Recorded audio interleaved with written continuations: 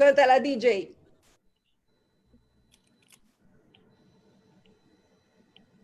¿Me escuchan? Tu noviecito ese está operando mal. Ese noviecito tuyo está operando mal. Yo estoy fan. ¿Cuál es tu noviecito? ¿Cuál es tu chacal? Háblate claro y Hola, hola, hola. Hola a todos. Gracias, compañeros, por estar aquí hoy con nosotros. Ahí podemos escuchar un poco de Dile a tu man de Dubosky, una de mis plenas favoritas de Dubosky. Saludos, que él está aquí con nosotros en este foro hoy. Bienvenidos, compañeros, y estamos aquí gracias a la Asociación de Universidades Particulares de Panamá, AUPPA, como se le dicen con las siglas, que ha organizado el Foro Internacional Futuro de Panamá a través del talento humano. Una mirada desde el liderazgo juvenil. Y si hablamos de liderazgo juvenil, yo no sé si ustedes están viendo el panel que tenemos hoy día aquí, pero es verdaderamente impresionante. Yo me considero ya dejando el bote de lo juvenil, ya no me quedan muchos años, así que gracias por la invitación. Yo seré su moderador esta tarde, mi nombre es Simón Tejera, y lo que queremos hacer aquí hoy es que queremos alzar nuestra voz como jóvenes, que nuestras opiniones sean escuchadas, que se tome en cuenta que somos una fuerza viva, que somos clave para sacar adelante a Panamá. Y de verdad que Panamá va a necesitar de mucha ayuda de los jóvenes, pero antes de hablarles del excelente panel que tenemos hoy día aquí, le quiero dar la palabra a Adriana Angarita, presidenta de la Asociación de Universidades Particulares de Panamá, una super mujer que ha hecho mucho por la educación de este país, incluyendo la organización de este foro. Así que, Adriana, por favor, gracias y adelante. Muchísimas gracias, Simón. La verdad que es un gusto para mí estar aquí con ustedes hoy. Muchísimas gracias por aceptar la invitación a participar el día de hoy. ¿Por qué nace este foro? Y quiero compartirles un poco qué es lo que piensa la Asociación de Universidades Particulares. Definitivamente, me lo mencionaba recientemente Simón, en nuestras generaciones hay diferencias. Tenemos diferentes movers, diferentes metas, diferentes intereses. Y eso ha hecho que haya una pequeña desvinculación entre nosotros, porque buscamos cosas diferentes, inclusive tenemos espacios diferentes. Nuestras redes sociales son diferentes. Hay unas redes para tal edad, otras redes para tal edad. Y estamos conviviendo en hemisferios diferentes. Lo único que tenemos claro es que tenemos que conectarnos. Y lo hemos logrado a medias y en algunos espacios. Entonces estamos buscando desde la asociación cómo realmente podemos conectar. Porque, como decía Simón, los jóvenes se sienten que no son escuchados y los un poco no tan jóvenes, los millennials del siglo pasado, pensamos que queremos que se involucren en el futuro del país y no está pasando. Hoy tenemos la oportunidad de tener grandes líderes, líderes juveniles que han logrado hacer muchas cosas diferentes y que han tomado las riendas del país. Queremos que ellos nos cuenten cómo podemos hacerlo, tomando en referencia lo que pasó hace un mes en el Foro Internacional Economía, Competitividad y Futuro de Panamá, donde los tomadores de decisión nos dijeron para dónde va el país. Así que es el propósito de hoy. Nuestro compromiso es ofrecerles a ustedes programas académicos que sean importantes, pertinentes y que les permitan a ustedes mejorar su calidad de vida. Pero eso es enseñanza. El aprendizaje es algo intencional y depende de ustedes, si ustedes quieren hacerlo. Así que juntos realmente podemos construir el país que necesitamos todos. Y bienvenidos. Una tarde excelente, mucha buena vibra, ya lo vimos, ya empezó esto diferente, así que un placer estar aquí con ustedes y muchísimas gracias por aceptar esta invitación. Adelante, Simón. Gracias, Adriana. Bueno, les quiero presentar al excelente panel de hoy. Vamos a empezar por el diputado, el honorable diputado Juan Diego Vázquez.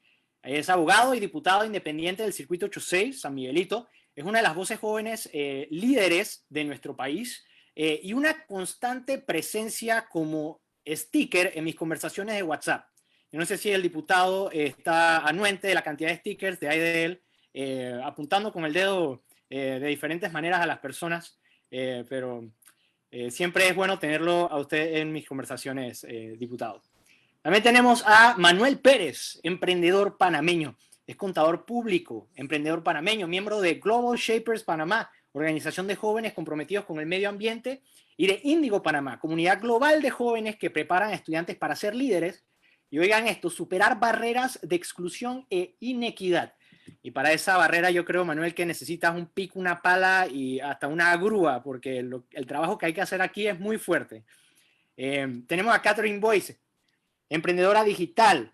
Es emprendedora digital con enfoque social, fundadora de Digital Coffee Group, Proyecto Arte Panamá e Inconforme Online School, escuela digital enfocada en potenciar emprendedores de toda Latinoamérica, condecorada como Forbes Mujeres Poderosas, embajadora de UNICEF, nombrada como una de las 10 líderes del futuro de Panamá, Global Shaper del Foro Económico Mundial, y hasta la fecha ha beneficiado a más de 800 jóvenes becados en Proyecto Arte Panamá, que es un emprendimiento social enfocado en brindar gratuitamente programas de arte y cultura en el país.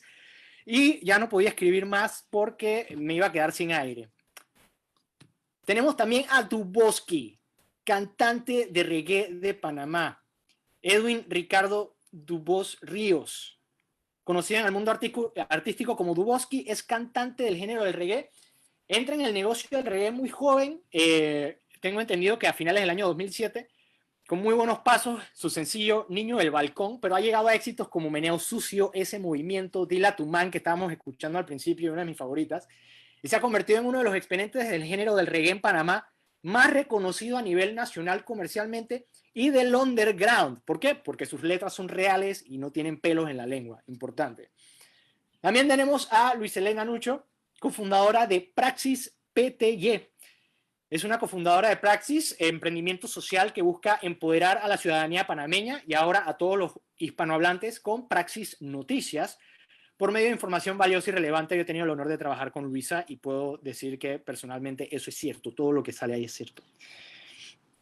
Ok, gracias por estar aquí, gracias a todos por estar aquí presentes. Estoy seguro que los jóvenes que nos están viendo están muy emocionados de escucharlos. Yo quiero empezar dándoles un poquito del panorama en el que estamos, como estaba hablando Adriana. Panamá necesita a la juventud, a muchachos preparados, a muchachos competitivos e innovadores, ahora más que nunca. ¿Por qué? Porque ya estábamos viendo las consecuencias de la revolución digital y cómo se estaba acelerando ciertos procesos, nuevas carreras, la manera en que los jóvenes ahora tenían que navegar este nuevo mundo. Pero ahora tenemos una pandemia con constantes cuarentenas que han acelerado este proceso, han cambiado la economía. Estamos hablando de que posiblemente tengamos un 25% de desempleo, todos los procesos digitales, ahora todo se está haciendo a través de estas plataformas. Eso cambia el panorama completamente. Pero para ayudarnos a navegar este nuevo panorama que parece ya casi distópico, vamos a tener a estos jóvenes hablándonos un poco acerca de las decisiones que los jóvenes pueden tomar hoy, ahora. No importa que no tengan la experiencia, no tengan la edad, las decisiones que pueden tomar hoy para aportar al desarrollo de este país. Pero primero yo quiero situarnos, ¿ok? Voy a lanzarle una pregunta al panel. Voy a ir por el orden que tengo aquí en mi Zoom. Y quiero preguntarles al panel, ¿cuál fue su experiencia como joven? Cuando ustedes estaban empezando, digamos que tenían que tomar esas decisiones, que tenían que estudiar o trabajar, ¿qué estaban pensando? ¿Sabían lo que iban a hacer? ¿Pensaron que iban a estar haciendo lo que están haciendo ahora? Y quiero empezar con Catherine, que te tengo aquí en mi pantalla de primera. Así que no sé si nos quieras dar un poco de tu historia personal. Ahora sí. Ahora sí me escuchan. Bueno, primero que todo quiero agradecer porque la verdad este tipo de espacios es realmente importante estar generándolos constantemente para poder llevar un mensaje diferente y de alguna manera generar algún cambio. Y lo segundo, pues admiro muchísimo a todos los que están acá, entonces qué honor más grande. Y bueno, para hablar un poco de mi historia y tratar de llevarlo un poco rápido, yo me tengo que remontar a 1937, el año en donde más o menos en la zona del canal la gente estaba prácticamente segregada. Tú tenías una etiqueta por tu color de piel, tenías una etiqueta por tu nivel educativo, etc. En 1937 nació mi abuela, una señora llamada Elena, sin estudios, sin recursos y negra. Y yo me crié con ella, tuve la oportunidad de criarme con ella, y recuerdo cuando iba creciendo, mi abuela siempre decía una frase: cuando tú eres negro y tú eres pobre, tú tienes que estudiar el doble, tienes que trabajar el doble, tienes que ser el bueno el doble, y todo era el doble. Y yo crecí y nunca entendí por qué la abuela siempre utilizaba esa frase.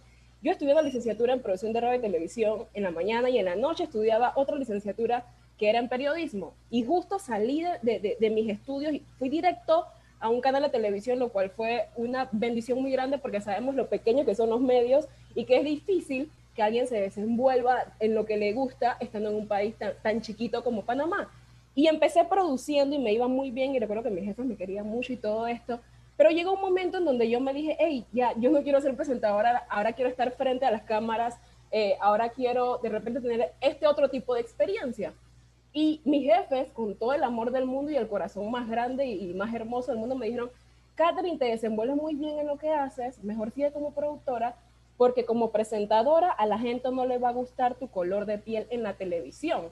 Y en ese momento, después de un montón de años, yo entendí por qué la señora, nacida en 1937, decía que tienes que trabajar el doble, que estudiar el doble, que hacer todo el doble, porque simplemente eres negro. Y en ese momento me encontré con una barrera tal vez bastante grande en mi vida, porque me están dando un mensaje bastante claro y ese mensaje era, Catherine, tú no vas a poder hacer lo que quieres nunca en la vida porque eres negra. El color de piel simplemente no cambia. Y para cortar un poquito la historia y todo esto, yo me encontré con una plataforma digital, me encontré con YouTube y trabajaba, pero empiezo a compartir contenido en internet, a compartir mis ideas, a compartir qué yo pensaba acerca de las situaciones a nivel de política, a nivel de entretenimiento. O sea, en diferentes ámbitos y de repente empieza a crecer mi audiencia. De repente tengo 5.000, de repente 10.000, de repente 100.000 y sigue creciendo la audiencia.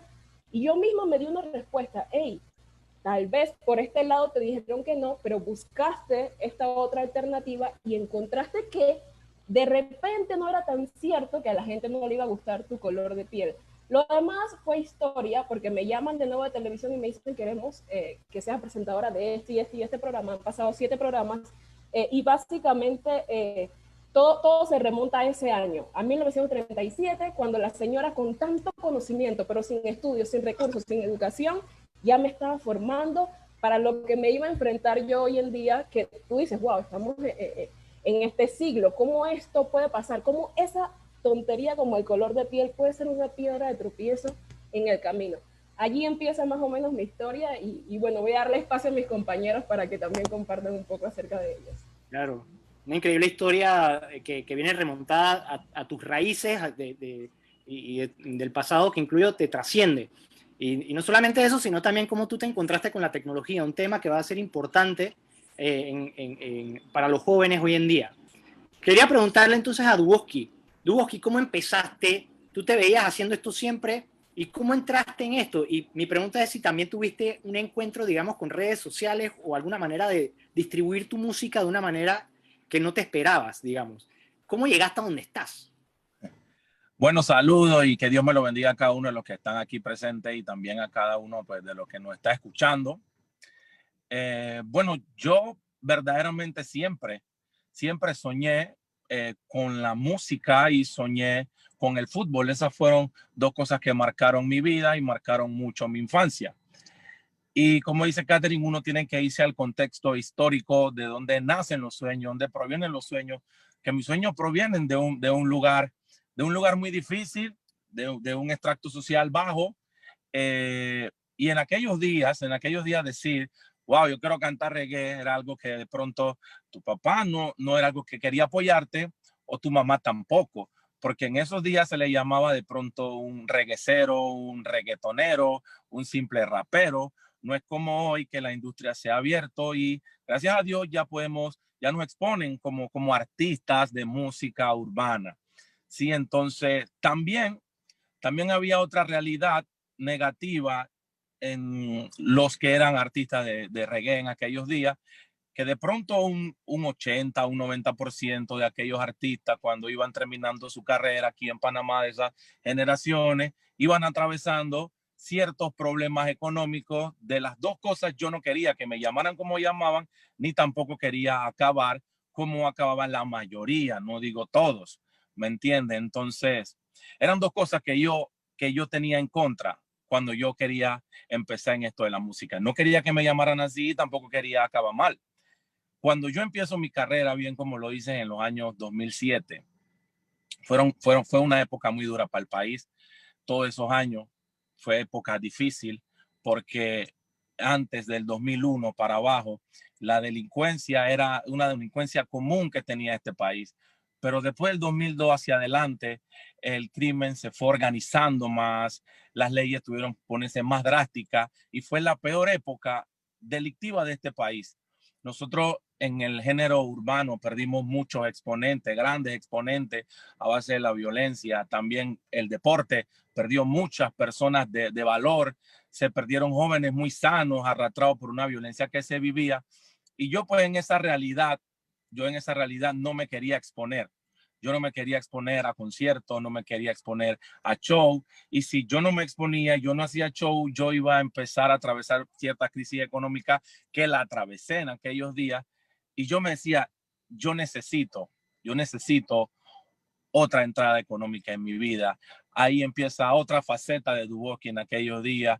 Empecé a invertir en ciertas cosas. Y sin conocimiento, pues, me fracasaban las inversiones, pero fueron necesarias. Todas esas partes de mi vida fueron necesarias para crecer. Me apalanqué de pronto de los libros, adquirí hábitos de lectura, me fui desarrollando, pues, financieramente, me apalanqué. Y cuando llego a entender eso y llego a complementarlo con la música, yo creo que eso ahí fue donde yo salí a flote, yo salí adelante y entendí que a pesar de ser artista necesitaba mucho la educación.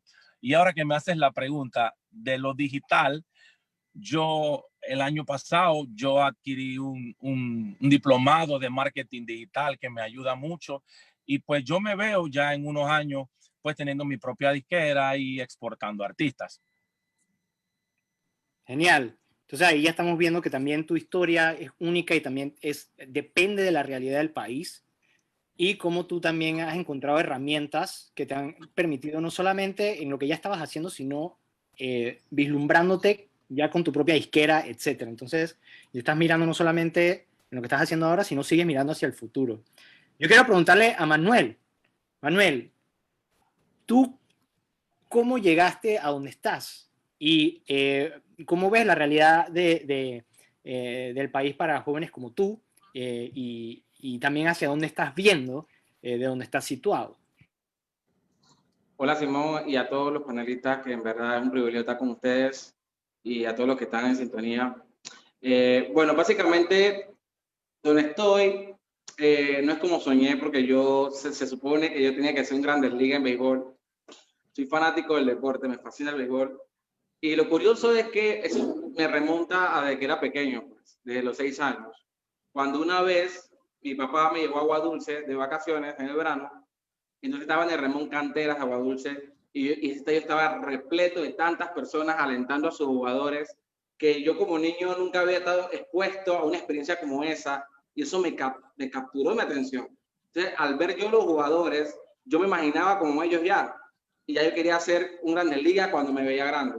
Sin embargo, al retornar a San Miguelito, que es donde vivo, en el corregimiento de Nueva Madrid, donde he crecido y actualmente todavía resido ahí, la realidad era totalmente distinta. Cero béisbol, cero. O sea, no había ningún tipo de organización donde tú te podías desarrollar tus habilidades. O sea, transformar ese deseo y convertirlo en habilidades y alguien que te diera seguimiento, no lo había.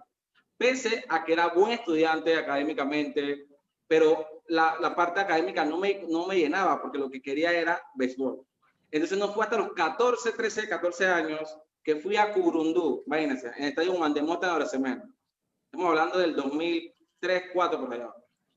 Ahí yo cuando llegué a ese estadio me imaginé como que, wow, el jugadorazo, el que va a sacarla, el jugador que va a sobresalir en la liga. Pero cuando entré al cuadro, me encontré con niños que ya venían formándose desde pequeños, que habían saber las habilidades, y yo era un fatal. La única manera de llegar a base era que me golpearan, me goleara, o que se equivocaran a alguien. Pero aquí hay algo muy interesante, porque tengo que rescatar de mi familia, es que mi familia siempre me enseñó a soñar y a creer. Entonces, apenas que yo supe que era por ahí, por el béisbol, que era mi oportunidad de hacer lo que tenía aguantado hace años atrás, me esforcé al máximo en poder ser, al punto que me convertí en el mejor sector del área de San Miguelito. Segundo, representé a Panamá jugando béisbol. Me convertí en el instructor más joven de enseñar a niños. A los 16 años ya estaba enseñando a niños, imagínense. Porque yo me identificaba con ellos, pues. Porque recuerden que yo era como del team de los perdedores, que como no tenían práctica, no había quien le prestaba atención. Entonces yo me identificaba con ellos. Y como le metí tanto el aprendizaje, aprendí muchos instructores y empecé a enseñar.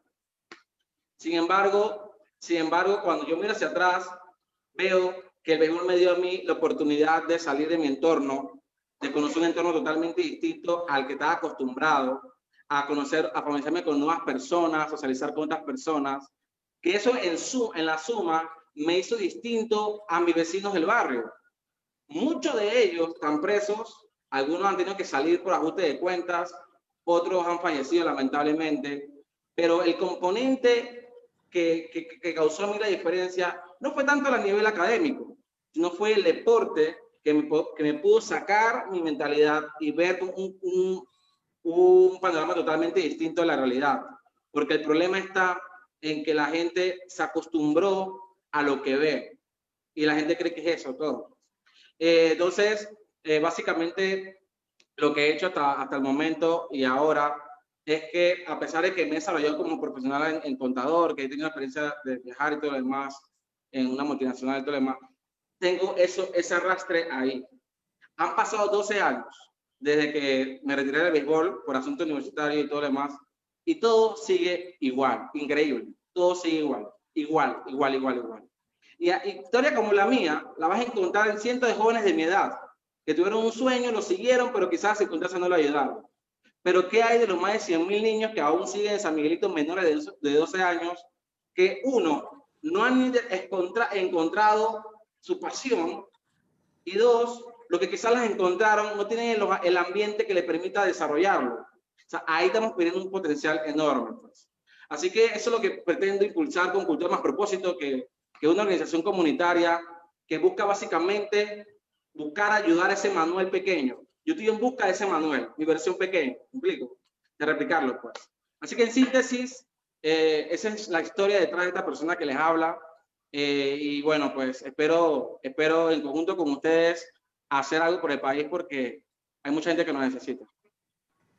Gracias, Manuel. Impresionante esa historia, y también ver completamente un lado que también se utiliza mucho para mover a los jóvenes en una dirección más productiva, especialmente algunos de ellos que están en realidades muy difíciles, que es el deporte. Ahora me voy a ir con Luisa. Luisa, ¿tú cómo llegaste a donde estás? Tú te veías haciendo praxis, y no solamente eso, sino que los medios, hay muchos, especialmente ahora que las redes sociales le permiten a muchas personas crear un medio, informar, crear un canal como Catherine, por ejemplo. ¿Cómo tú llegaste a hacer praxis y te veías haciéndolo, y cómo te has vuelto un referente en medio de tanto ruido mediático, por así decirlo? Bueno, muchísimas gracias por la invitación, los admiro demasiado. Primero que todo, yo creo que es súper importante hablar como que yo vengo de una familia que es emprendedora, vengo de una familia con mujeres súper fuertes, como nosotros somos 3 niñas y nunca fue como, pues, o sea, que no podía hacer algo porque era niña, eso nunca fue un problema en mi casa. Entonces, simplemente yo desde pequeña siempre tenía interés en leer, era muy curiosa, me encantaba como que descargar la enciclopedia que había en la única computadora y me encantaba leerla. Simplemente era curiosa, pero era muy mala estudiante, casi fracaso 5º grado, casi, o sea, una lucha constante, pero por otro lado era súper curiosa, me encantaba leer, me castigaban y me quitaban los libros porque no quería soltar el libro. Entonces, simplemente no sabía qué hacer. Mi papá, que ha sido wow en mi vida, me intentaba guiar y siempre me intentaba guiar a la parte de las ciencias, pero para mí era más fácil, me interesaban más las humanidades. Y cumplí 18 años y no sabía qué estudiar, así que empecé a estudiar negocios, mercadeo, que me encanta. La parte de negocios, de finanzas, era muy difícil para mí. Tuve que tomar cálculo, tuve que tomar todas estas cosas, pero hoy digo que vale la pena, que muchas de las cosas que puedo hacer por praxis es porque aprendí esos conocimientos. Y luego cuando me gradué de la universidad, yo tenía una idea como que quiero trabajar en las noticias, quiero contar las noticias, pero no me veo como en las noticias. Y la gente me decía, Luisa, ¿pero qué es eso? O sea, ¿qué vas a hacer? Y yo no sé, Y Praxis Praxis salió bien orgánico, fue un día que estábamos bien confundidos con algo que estaba pasando y fue como que, ¿sabes qué? Vamos a sacar esto, era gratis, abrí una cuenta de Instagram y comenzamos. Yo nunca había formalmente estudiado periodismo y ahí empecé yo hasta el día de hoy, yo no tengo una licenciatura en periodismo, pero he tomado cursos, o sea, seminarios, lo que sea, estoy constantemente aprendiendo. Y entonces, lo interesante, obviamente, es que yo puedo hacer todo esto porque no solamente es periodismo, sino estudié negocios, entonces puedo manejar estos recursos. Y obviamente nunca me imaginé hace 3 años y seguro en un año Praxis va a hacer una cosa totalmente distinta. Simplemente después por el periodismo, me empezó a llamar la atención derecho y me metí a estudiar en la USMA de noche, derecho, porque me parecía interesante, quería conocer más y aprender. Y la gente me dice, Luisa, pero no entiendo, como que cómo mezclas negocios y comunicaciones y derecho y no tiene sentido. Y yo siempre les digo, siempre hay una primera persona que hace algo que no tiene sentido. Y la gente me dice, ok, pero ¿qué tienes de planes? ¿Cómo te ves? Y yo, mira, honestamente, si me hubieras preguntado hace 5 años qué iba a estar haciendo, nunca hubiera creído lo que estoy haciendo hoy. Y yo creo que simplemente ahora es un momento que puede ser el primero haciendo algo y puede ser que la gente te mire un poco como que tú estás un poco loca o como que nadie nunca ha hecho eso, pero cuando ya lo logras la gente está como que, cool, valió la pena. Así que bueno, no sé qué va a pasar en el futuro, pero simplemente quiero seguir aprendiendo. Soy una demostración de que puedes ser una mala estudiante en el colegio y decir a los 27 años que te ves aprendiendo el resto de tu vida. Así que esa es mi historia y feliz de compartirla con ustedes. Gracias, Luisa. Eso es muy cierto. A veces se nos olvida que aprender es un asunto de toda la vida y no de un espacio en tu vida cuando eres joven. Cuando hablamos de innovación y competencia, por lo general estamos pensando en el ámbito privado. Pero yo creo que no hay ambiente más competitivo que la política y que la juventud sí puede hacer una incidencia en innovación, porque hay espacios que hay que llenarse, hay cosas que no se están solucionando y que se pueden solucionar o que alguien tiene una propuesta para solucionarlas. Y por eso yo le quiero preguntar al diputado Juan Diego Vázquez si él se veía en el puesto en el que está ahora y cómo llegó a donde está y cómo su perspectiva fue un cambio en el paradigma político, ¿no? Cómo su juventud ayudó a cambiar algunas cosas allá adentro. Bueno, en primer lugar, buenas tardes a ustedes, a todos los que nos están viendo. Para mí de verdad que es un placer y es un honor poder compartir parte de mi tiempo con este grupo tan selecto de líderes, tan diverso, tan particular, pero al final tan exitoso. Yo, para responder a la pregunta puntualmente, al igual que Luisa, como lo planteo yo, no, esto nunca fue un sueño mío de niño. Nunca me desperté un día y le dije a mi mamá, a mi papá, quiero ser diputado, quiero ser político. Nunca lo pensé. Yo era un niño diferente en el sentido que, a diferencia de muchos que un día quieren ser policía y al día siguiente quieren ser bombero y después quieren ser maestro, yo toda la vida quise ser doctor. Siempre quise ser médico psiquiatra. A ver si me veo en el espejo y me atendía también yo mismo un poco, pero siempre me ha apasionado mucho cómo piensa la gente, por qué la gente actúa de una manera. Ese tema de los trastornos, de cuando algo va mal en la cabeza, cómo reaccionamos, siempre me ha llamado poderosamente la atención ese tema, y esa era mi línea. Y fue mi línea la gran parte de mi juventud, si no toda.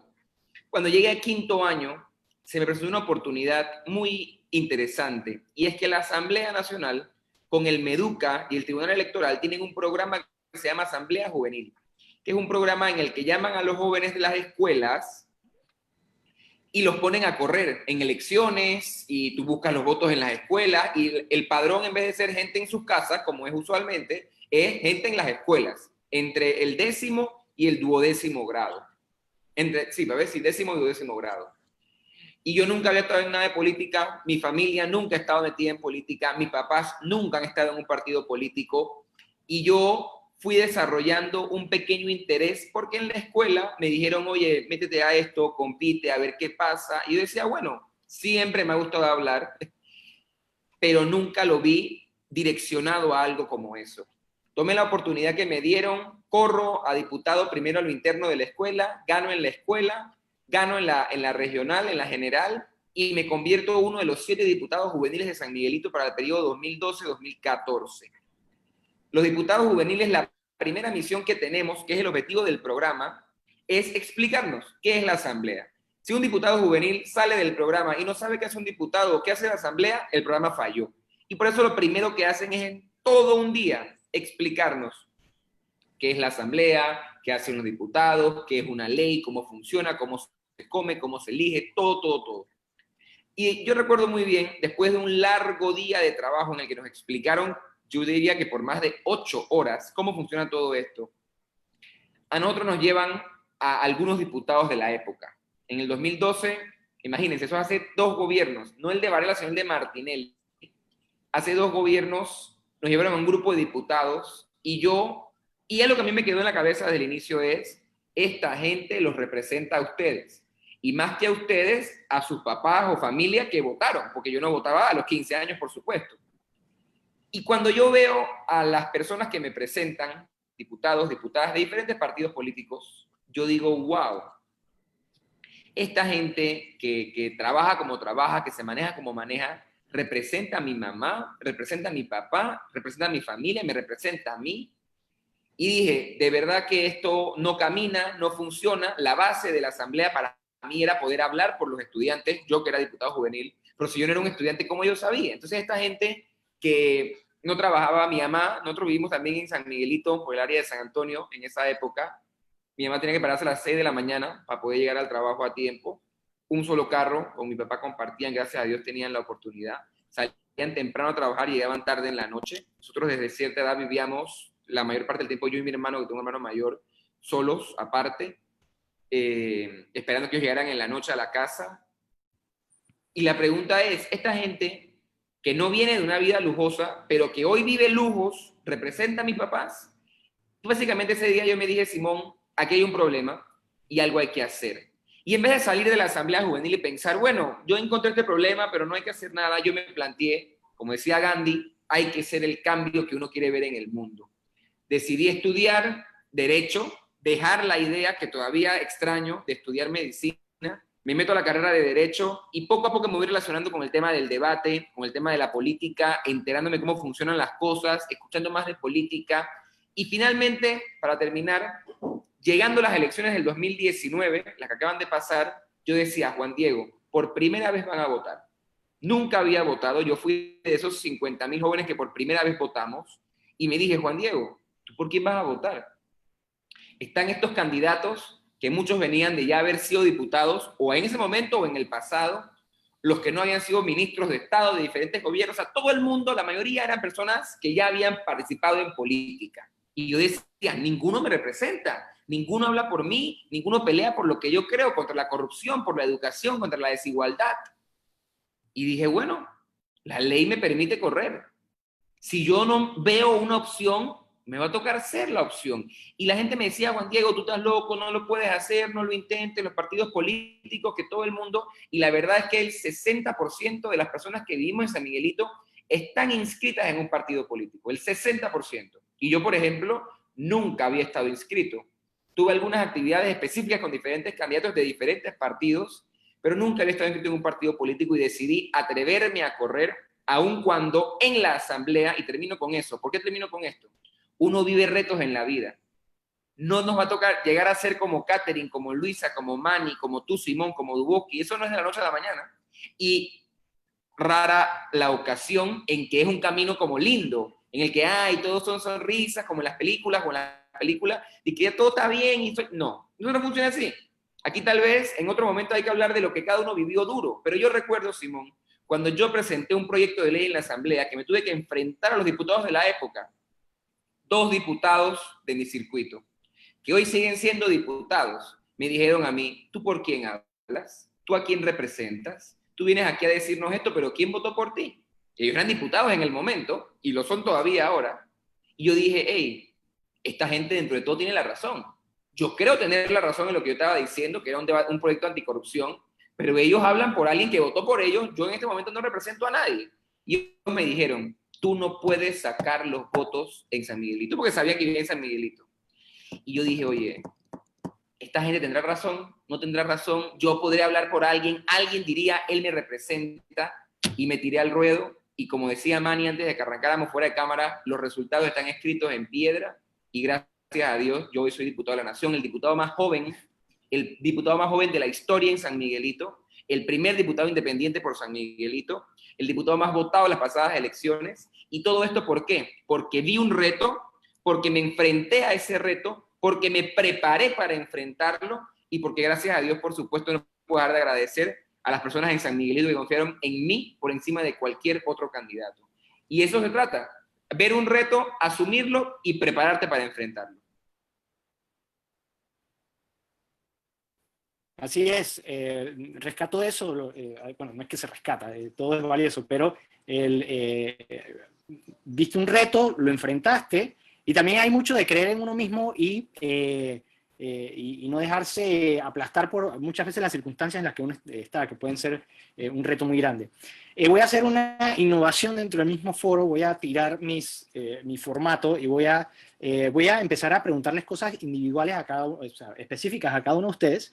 Y también quiero abrir la mesa para cualquier persona que nos esté viendo en este momento. Manden sus preguntas. Si ustedes quieren preguntarle a algo a cualquier persona en esta mesa, háganlo en este momento. Yo voy a estar entonces viendo cómo modero las preguntas para que ustedes puedan escucharlos.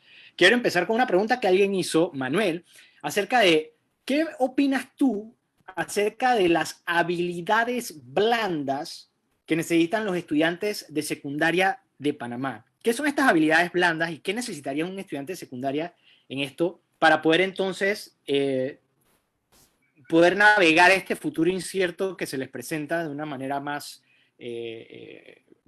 con más experiencia, con más conocimiento? Ok, mira, buena pregunta. Es tan relevante las habilidades blandas hoy en día que es un tema que dentro del pensum académico de Meduca nunca yo lo escuché ni lo recibí. Yo lo escuché ahora ya después de la vida universitaria que tú te vas percatando de que tienes que hablar en público, lo que es el liderazgo, el trabajo en equipo y otras cosas más. Sin embargo, algo que no mencioné en mi presentación es que yo también formo parte de una organización que se llama Índigo, y precisamente lo que busca esa organización es fomentar el desarrollo de habilidades grandes de liderazgo en jóvenes adolescentes que se encuentran en comunidades de vulnerabilidad social. Entonces lo que se hace es que esos jóvenes reciben la capacitación, se desarrollan, o sea, aprenden competencias de liderazgo, competencia de hablar en público, de comunicación, cómo formular un proyecto, cómo presentarlo, cómo implementarlo. Pero lo importante es que toda esa inversión de tiempo, todo ese desarrollo que ellos reciben en tribu, porque le enseñamos a que tienen que formarse en tribu, lo implementan en una comunidad o en sus escuelas o en conjunto. Entonces son tan relevantes las habilidades blandas que debería ser parte del pensum educativo como todos, porque créeme que una persona que sabe hablar, una persona que sabe formular un proyecto, se puede defender, o sea, se puede defender en cualquier situación que se encuentre. Así que es tan relevante y más porque son las habilidades que en esta era se están demandando. Yo quería hacer una pregunta a Dubosky, y es, si tú tuvieras que decirle a un pelado que en este momento está como inseguro acerca de cómo navegar este futuro que se le viene encima, ¿no? Estamos hablando de que las cosas se están digitalizando más rápido, se va a poner más difícil, digamos, resaltar en un montón en un mar de gente que está viendo cómo hace para ser un referente. ¿Cuál es tu consejo para estos jóvenes que están, o para cualquiera en verdad, porque esto le sirve a un joven o a una persona que está insegura en su vida, pero qué consejo tú le darías para poder resaltar y qué herramientas debería tener esta persona para poder sobrevivir allá afuera?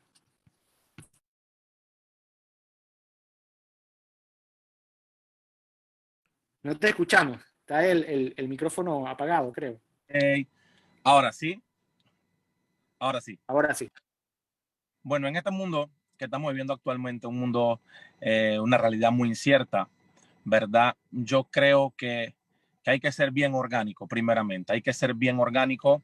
Y lo primero, antes de nosotros mostrarnos, porque ahora tenemos mucha facilidad de mostrar nuestro arte, nuestro talento, nuestra habilidad.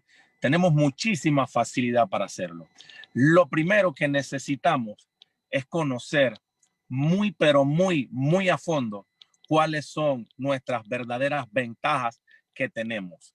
Si tenemos ese punto de referencia, ya vamos a entender cuál es nuestra verdadera dirección, a quién le vamos a llegar y sobre todo entendemos cuál es nuestra diferencia de las demás personas que están dentro de nuestra industria.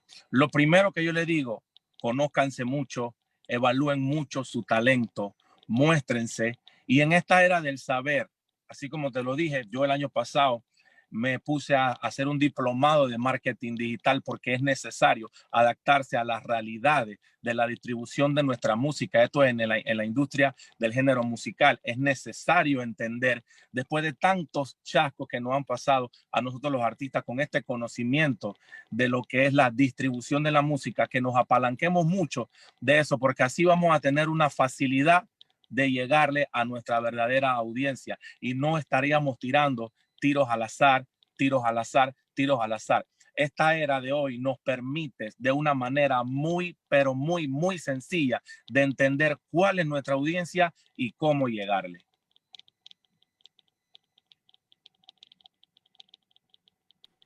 Genial.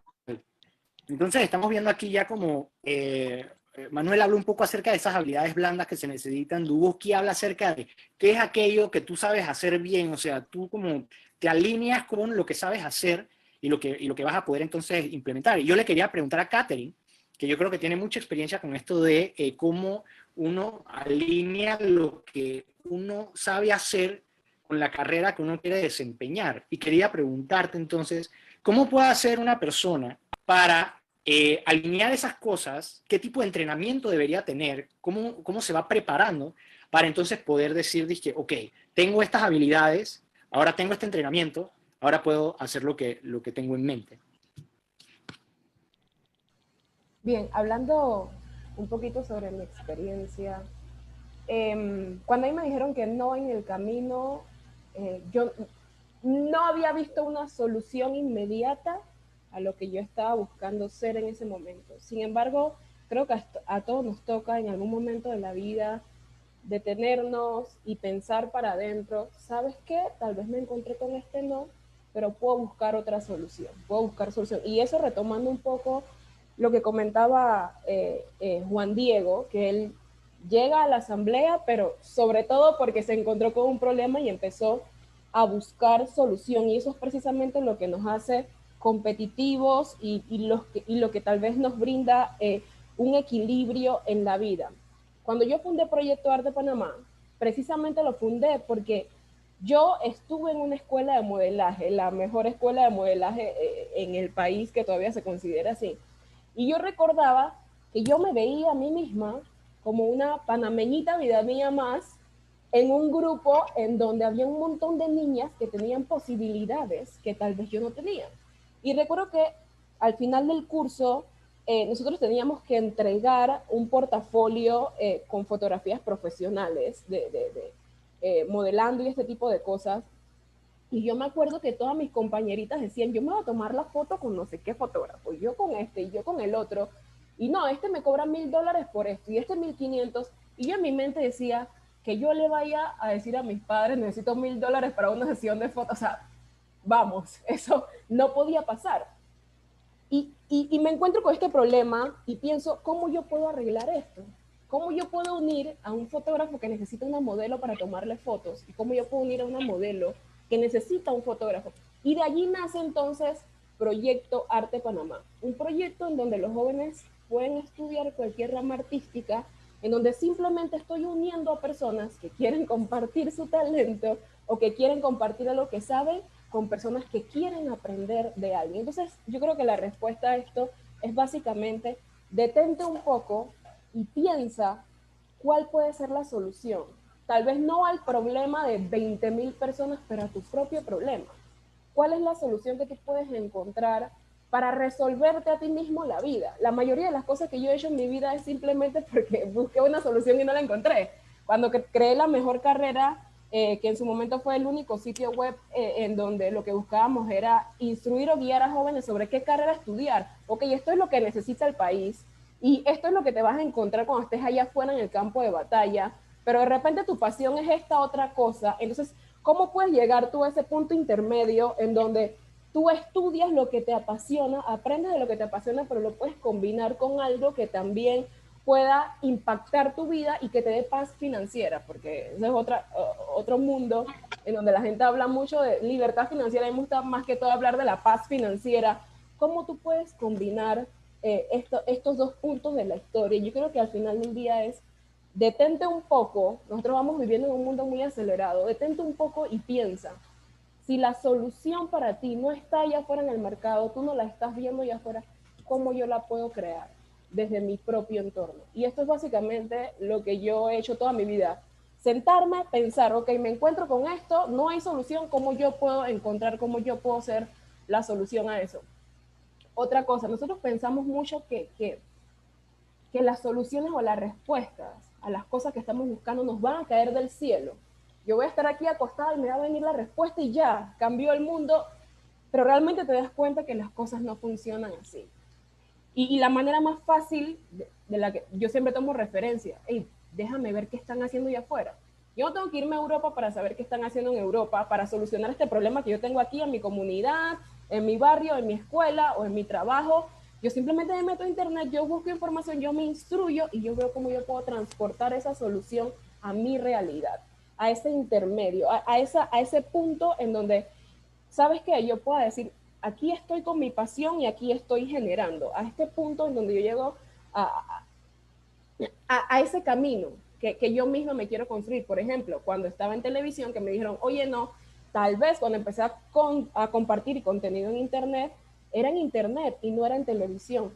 Pero generar esa acción, no quedarme simplemente pensando, soy negra y nunca voy a poder estar en la televisión panameña, sino hacer algo a cambio de quedarme allí paralizada, me lleva a un punto intermedio de mi vida hoy en día que yo puedo decir, me siento completa, me siento llena, me siento satisfecha y ahora simplemente mi objetivo es poder compartirle a las personas que de repente nos están viendo en este momento o compartir con mi entorno, ¿sabes qué? Tú puedes, pero vas a poder cuando te sientes, te pongas a pensar cómo puedes unir esos dos puntos. Gracias, Katherine. Increíble eso que dices, es exactamente eso, es unir las competencias, las cosas que te apasionan, con también digamos, esa estructura de negocios que te puede dar el sustento y al mismo tiempo ayuda a mantener ese emprendimiento en movimiento. Luisa, más específicamente, con Praxis tuviste un espacio en donde tú podías mejorar algunas cosas.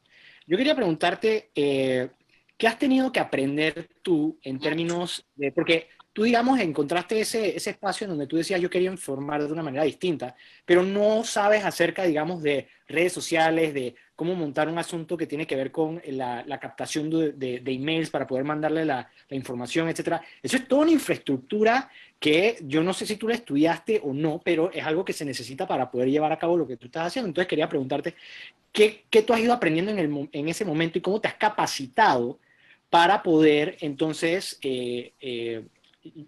hacer que la máquina funcione, por así decirlo? Bueno, ambos fundadores de Praxis estudiamos marketing y un día estábamos en el carro, en la tumba muerto, en un tranque, y estábamos escuchando las noticias y nos empezamos, y se acaba la noticia, se va a propaganda, a publicidad y nos empezamos a reír porque no habíamos entendido la noticia y nos daba risa porque, o sea, si nosotros no entendíamos las noticias, obviamente había muchos jóvenes que tampoco estaban entendiendo las noticias. Entonces, creamos el primer Praxis para nosotros mismos, que fue un boletín del presidente Varela. Cómo iba sus promesas versus lo que había cumplido versus el tiempo. Y lo lanzamos como una publicación y de la nada la gente empezó a reaccionar, como que le interesaba. ¿Por qué? Porque yo tampoco sabía, pero las personas tampoco sabían. Y ahí nosotros nos empezamos a llamar toderos. Yo, o sea, mi persona y mi socio Gary Martin nos empezamos a llamar toderos. ¿Qué es eso? Nosotros hacemos todo, desde el diseño gráfico hasta la redacción del contenido, hasta la investigación, hasta si te llaman para una entrevista, hasta todo, todo. Entonces, obviamente, esto fue, o sea, Praxis es el resultado de, uno, no teníamos muchos recursos, por eso fuimos a redes sociales, porque era gratis abrir una cuenta. Dos, nosotros hicimos como una autoevaluación de las cosas que sabíamos y cosas que definitivamente no sabíamos, como no sabíamos hacer un sitio web, no sabíamos hacer los artes nosotros solos. Pero como no teníamos recursos para decir, dale, te voy a pagar miles de dólares para que me hagas un sitio web, nos metimos, como literalmente como dice Katherine, o sea, nosotros no inventamos la rueda, nos metimos en internet y buscamos cómo puedo hacer un sitio web gratis o muy, muy barato.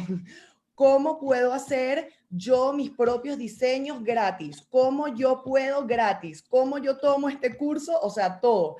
Y empezamos a tomar horas y horas de cursos, cómo montar tu lista. O, por ejemplo, empezamos a identificar, muy importante, personas en Panamá que estuvieran haciendo cosas increíbles, similares a las nuestras. Yo digo que lo que nos diferencia a nosotros de otras generaciones es que nosotros tenemos que entender que no podemos competir entre nosotros y debemos colaborar. Entonces, le pueden confirmar con Simón que un día nosotros estábamos aprendiendo y en Facebook vemos que alguien organizó una reunión, un cabildo en la Plaza de la Asamblea y no conocíamos a nadie. Y llegamos y yo obviamente sabía quién era Simón porque, ¿sabes? Simón y Daniel, su trabajo en el Ñeque, y conocí a Alfonso Grimaldo también por su trabajo en Nueva Nación. Y yo aparecí, hola, ¿cómo están? Yo soy Luisa, yo tengo esta cosa que se llama Praxis, vamos a explicar las noticias, y seguro ellos pensaron, ¿de dónde salió esta mujer? Pero simplemente lo que ustedes ven hoy es el resultado de muchísimas horas de preparación. Las cosas, como dicen, no aparecen, no caen.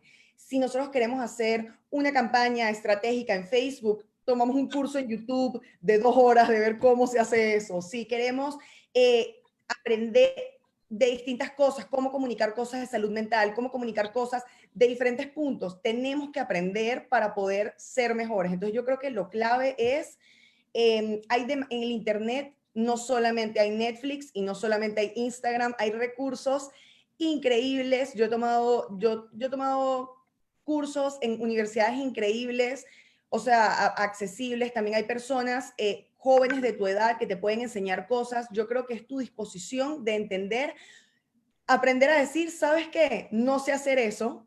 Dame un momento, me voy a preparar y voy a aprender a hacerlo. O ¿sabes qué? Eso no lo sé todavía, pero te voy a confirmar. Yo creo que es eso, simplemente saber que es un aprendizaje constante, saber decir, me equivoqué, voy a aprender, voy a reestructurar y voy a echar para adelante.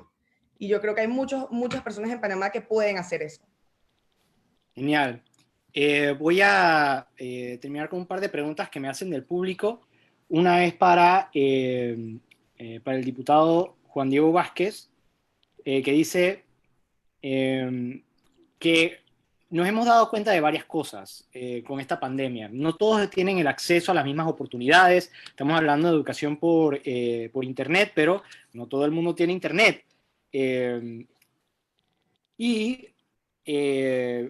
Hay gente que quiere saber qué se puede hacer para que más gente tenga oportunidades al momento de tomar estas decisiones y de poder echar para adelante, etcétera. Y qué pueden hacer los jóvenes para ayudar a sacar adelante el país.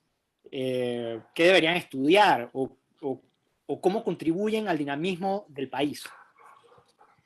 Mira, ya que el tema de la pregunta tiene 2 componentes, el componente político o de política pública, te lo voy a responder más rápido porque es la parte, no que a los jóvenes menos les debe importar, pero en la que lastimosamente están menos relacionados. Lo primero es entender que tristemente aquí, por años, digo aquí en la Asamblea, donde estoy en este momento, se han elaborado políticas públicas totalmente aisladas de la realidad.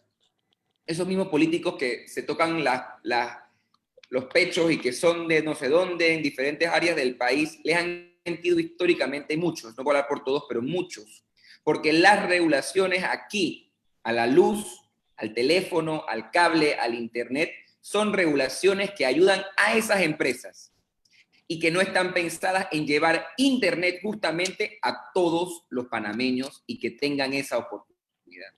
Tenemos que arreglar eso. Así que porque no te puedo decir, Simón, que si los jóvenes estudian esto se va a solucionar el problema. No. Hay un problema de políticas públicas que tiene que solucionarse al mismo tiempo que los jóvenes, y aquí pongo el ejemplo, los jóvenes tienen que buscar oportunidades de aprendizaje y de trabajo en las áreas de la innovación y la tecnología. Y el mejor ejemplo es un amigo de la mayoría, Ayudinga. Ayudinga fue creada por jóvenes que no tuvieron en su momento ninguna oportunidad singular, ni se ganaron la lotería, ni estaban en Harvard, ni en la NASA. Son jóvenes convencidos que la educación es la clave para desarrollar a las personas, inteligentísimos, súper humildes y trabajadores, y que decidieron un día empezar a dar clases con un tablero por YouTube desde su casa. Que hoy en día cuentan con un estudio y que llegan a dar clases a personas de la región centroamericana y latinoamericana. ¿Eso qué les tomó? Nada. Ya lo sabían en la escuela, lo reforzaron en la universidad y simplemente decidieron compartirlo. ¿Qué fueron creativos? ¿Qué fueron valientes? ¿Qué fueron ambiciosos? Convencidos que la educación es la clave para transformar la sociedad. Los jóvenes tenemos que empezar a estudiar carreras justamente como esas, carreras tecnológicas. Mira que antes cuando Duboski no hablaba de marketing y punto, hablaba de marketing digital. Tenemos que amarrar los conocimientos, no quiero decir viejos, pero los que todos sabemos que vienen de antes, porque el marketing no es de ahora. Pero el marketing digital, que es la nueva rama del marketing, sí es de ahora. Entonces tenemos que aprender cómo enseñar en el siglo XXI. Cómo hacer noticia en el siglo XXI, cómo llevar información en el siglo XXI. Ustedes saben que en la Presidencia de la República existe una Secretaría de Electrificación Rural. No hemos llevado luz a las comunidades, ¿cómo le vamos a llevar información?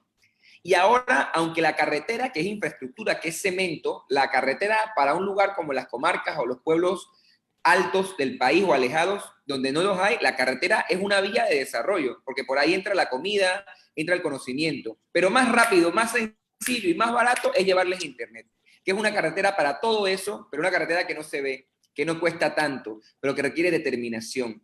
Y por eso tenemos que hacer que la pieza fundamental sea la educación, que los jóvenes aprendan robótica, aprendan esto que han llamado los STEM, que ahora es con E y con A, que tiene que ver con ingeniería, con arte, con matemática, con esa mentalidad futurista, innovadora.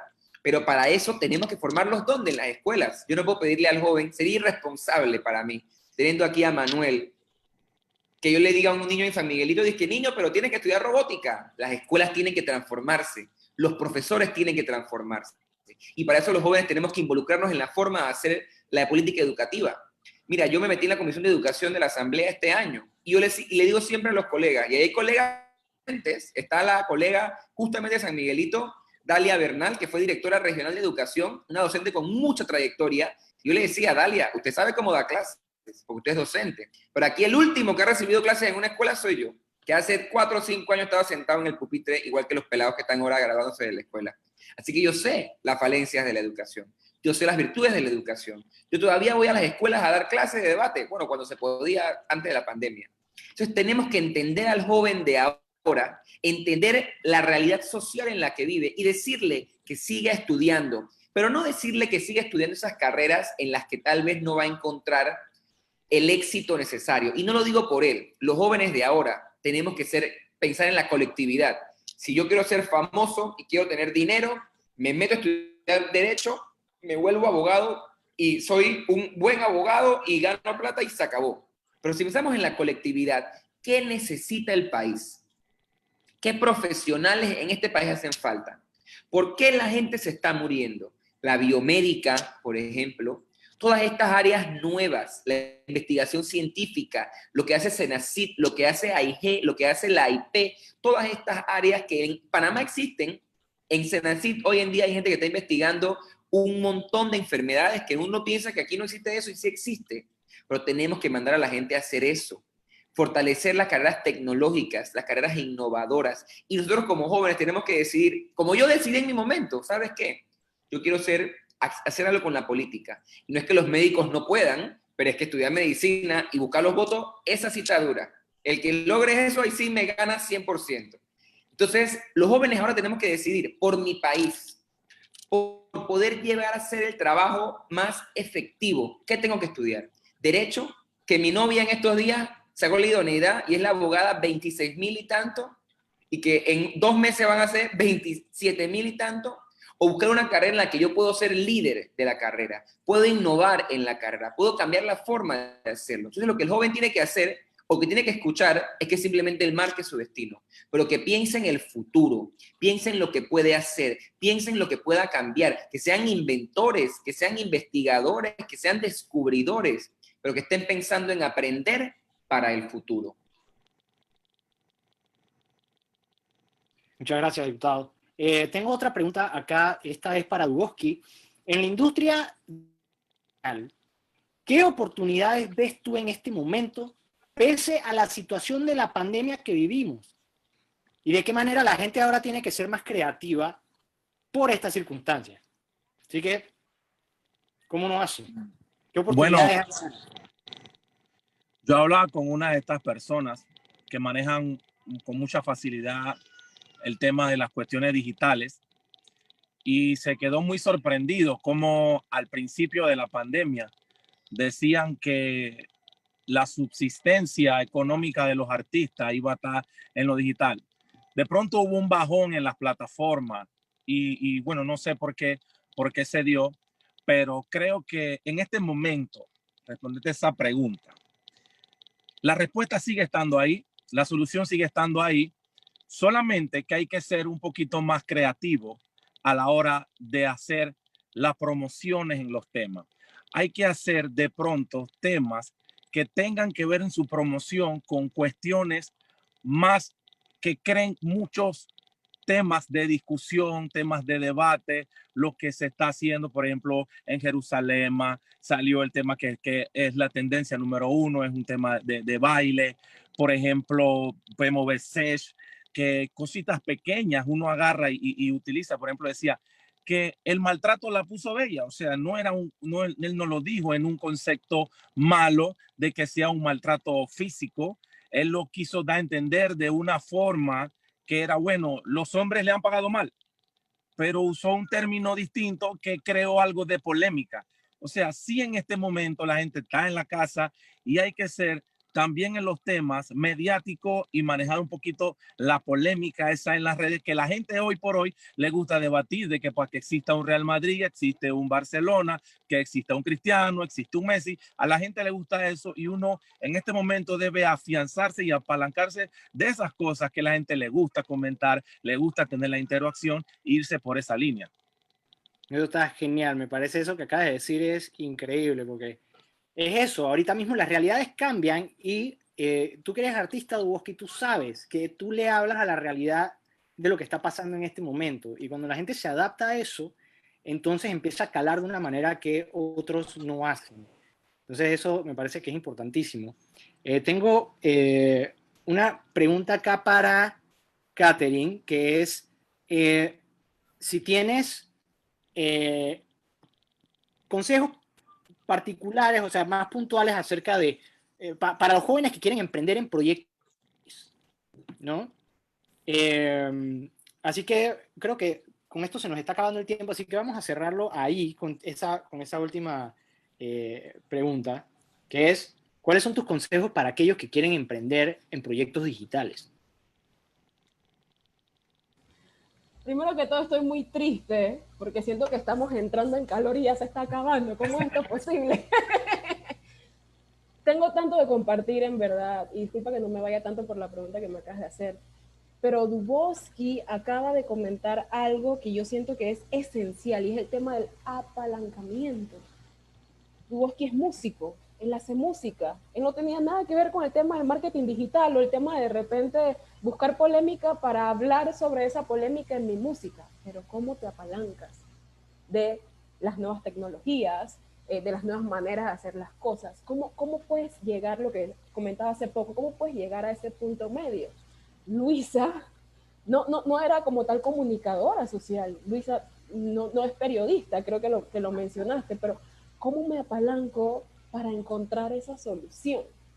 Yo empecé a hacer cosas en mi vida, fundé una agencia de marketing digital, precisamente porque la gente llegaba y me preguntaba cosas acerca de las redes sociales, ¿cómo puedo hacer esto o lo otro? Y de repente ya no eran mis vecinos, sino que eran dueños de pequeños negocios y de repente organizaciones, y digo, ¿sabes qué? Voy a abrir una empresa dedicada a esto para poder resolver este problema. Me encontré con el problema y busqué la solución. That's it. Eso es todo. Eso es lo que define a un emprendedor.